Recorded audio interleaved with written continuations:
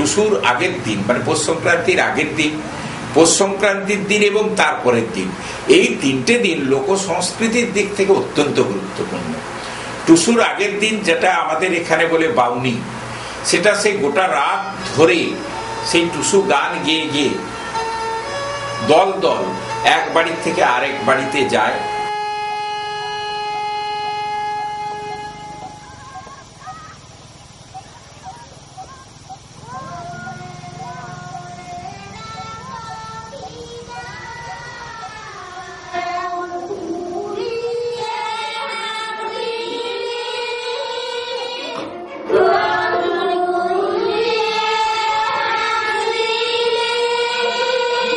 সম্মিলিতভাবে সেই টুসুকে একটা ধানের ছোট্ট ধান ঘর, সেটা ধানের মাচার উপর টুসুকে রাখা হয় এবং সেই সময় সারা রাত ধরেই মানে ওই পিঠে পিঠে করার পরে গ্রামের সমস্ত মহিলারা সেখানে যোগদান করবে এবং সারা রাত ধরেই কিন্তু টুসু গান চলবে।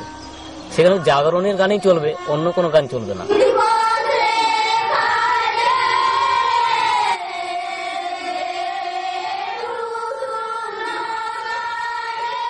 এই আনন্দ ফুর্তির নানা রকম পিঠা করে, নানা রকম পিঠা, যে পরবে সে পিঠা। এই পরবে যেমন হয় ওই ডুমু পিঠা বলে, আমাদের প্রচলিত প্রথায় যা বলে ডুমু পিঠা বলে, আর কেউ করে ওই লাউ পিঠা, নানা রকম পিঠা তৈরি করে 3-4 রকম পিঠা হয়। সিম পিঠা হয়, লাউ পিঠা, হ্যাঁ, আর নারকল দিয়ে, তিল দিয়ে, কর্পূর দিয়ে।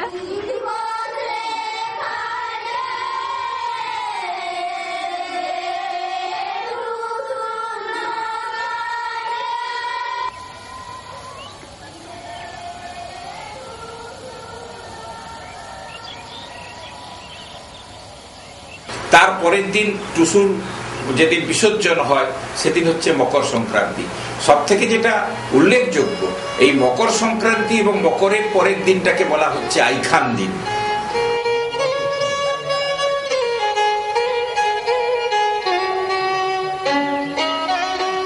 পরের দিন সকালে যে টুসু সকাল হবে, সকাল হলে টুসু ভাসানের পর্ব। এই আমাদের পরব বা উৎসবটা দীর্ঘস্থায়ী নয়, ক্ষণস্থায়ী। আমরা টুসুর সময় দেখতে পাই টুসু পুজোর দিন, তার আগের দিন থেকে তার টুসু গান, জাগরণ, টুসু জাগরণ, পরের দিন সেই জলাশয়ে বা ওই নদীতে তার বিসর্জন। এটা দেখেই আমরা বিভিন্ন জায়গার ঘাটে যে অগণিত মানুষ স্বতঃস্ফূর্তভাবে তারা টুসু বিসর্জন করতে আসে গান করে করে।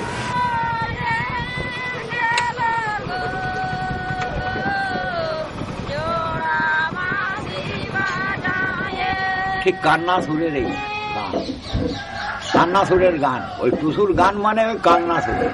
তো সারা রাত কান্নাকাটি করে আর ভোরের সময় গিয়ে ওকে গঙ্গার জলে ভাসায় নিয়ে একটা পাত্রে সাজিয়ে হারিয়ে আর গন্ধলে দুধ দিয়ে আর ওকে ছাড়িয়ে নিয়ে নদীর জলে ছাড়িয়ে নিয়ে আর এরা স্নান টান করে নতুন বস্ত্র পরে আর বাড়িতে আসে যত মেয়ে ছেলে, সেই ধারাটা এখনো মেয়ে ছেলে রাখেছে।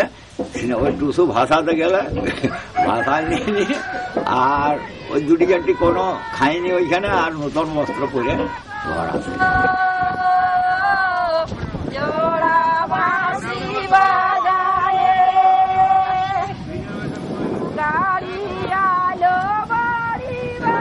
এই সময়ে আবার বিভিন্ন জায়গায় বিভিন্ন গ্রামে কতগুলো গ্রামীণ মেলা বসে, যেগুলোকে বলে মকর জাত বা মকর মেলা।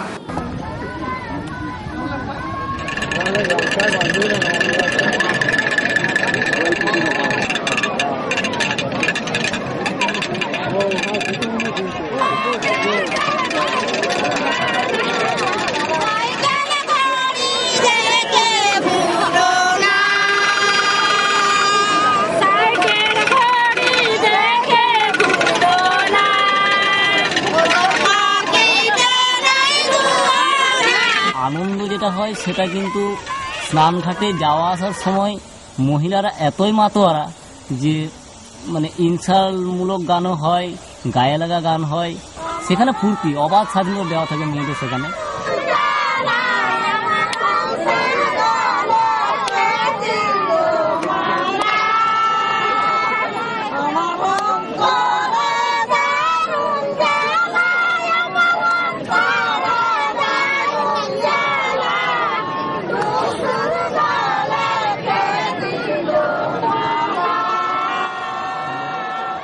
সীমান্ত বাংলায় যে কোনো উৎসব, বিশেষ করে পৌষ সংক্রান্তি, এই মকর পরবের সময় তো নিশ্চয়ই, এছাড়াও কোনো কোনো অন্যান্য উৎসবের সময়ও একটা মুরগি লড়াই অনুষ্ঠিত হয় এবং সেটাকে আমাদের স্থানীয় ভাষায় একটা জায়গায় থাকে, সেটাকে বলে পাড়া, মুরগি পাড়া।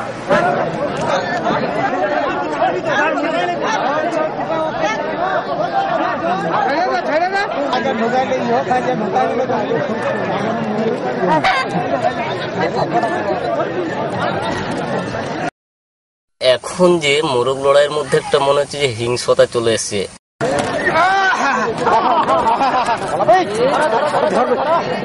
উৎসবের মধ্যে কেন লড়াইয়ের ব্যাপারটা থাকবে? কিন্তু লক্ষ্য করে দেখবেন যে ওই যেটা আমাদের অন্য মুসলমান সম্প্রদায়ের মধ্যে থাকে না, মহরম অনুষ্ঠান, যেটা তাদের মধ্যে কিন্তু ঢাল তলোয়ার নিয়ে কিন্তু একটা উৎসব প্রচলিত আছে। তার মানে কি বোঝা যাচ্ছে যে এই উৎসব একটা লড়াইয়ের মধ্য দিয়ে চলে এসছে এবং লড়াইয়ের জয়কে কেন্দ্র করে উৎসবটা চলে আসছে, এটা আমরা বুঝতেই পারছি।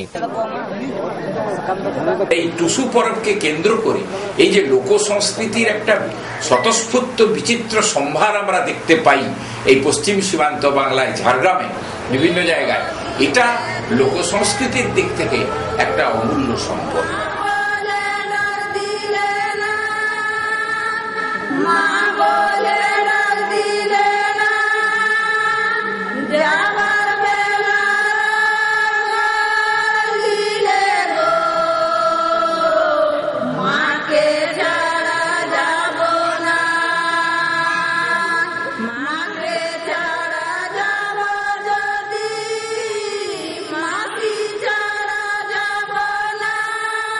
আগে যেভাবে এই পর্বটা মানত, এখন আর অতটা হয় না। আগে যে প্রত্যেক লোকের কাপড়, নতুন বস্ত্র, স্নান করে নতুন বস্ত্র পরে প্রত্যেক লোকের, আমরা যখন ছোট থাকি তখন এইভাবে পর্বটা খুব ভালোভাবে মানত। হ্যাঁ, এটা তো ঠিক যে আজকে একটা সংস্কৃতির সংকট চলেছে। দ্রুত নগরায়ন, সাংস্কৃতিক আগ্রাসন, বহিরাগত সংস্কৃতি ইত্যাদির চাপে পড়ে লোক সংস্কৃতির অবস্থা এখন প্রায় নাভিশ্বাস উঠেছে।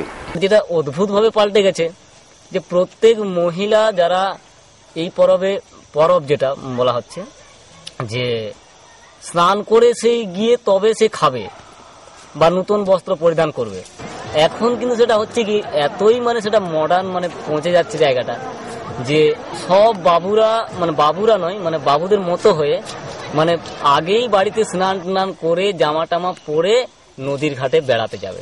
তবে আমার যেটা মনে হয়, আমি কিন্তু এই সম্পর্কে আশাবাদী। আমি মনে করি যতদিন লোক আছে, লোক কারা না, সমাজের তথাকথিত বৃহত্তর সংখ্যক অন্তজ শ্রেণীর মানুষই হচ্ছে লোক। তো যতদিন লোক আছে তার সংস্কৃতি অবশ্যই ততদিন থাকবে। আমাদের ছেলেরা করবে, তার ছেলের মেয়েরা, আর ছেলেদের থেকে তো মেয়ের ছেলেরা আসছে, যেমন একটা লাতনি, এরা করবে, এদের পরে আবার তারাও নাতিপুতিও করে চলে যাবে, এইরকম ভাবে থাকবে উৎসব। টুসুকে আনিতে যাব, খোপাই দিব বেলকুড়ি, খোপাই দিব বেলকুড়ি, মাথায় করে আনবো টুসু গো,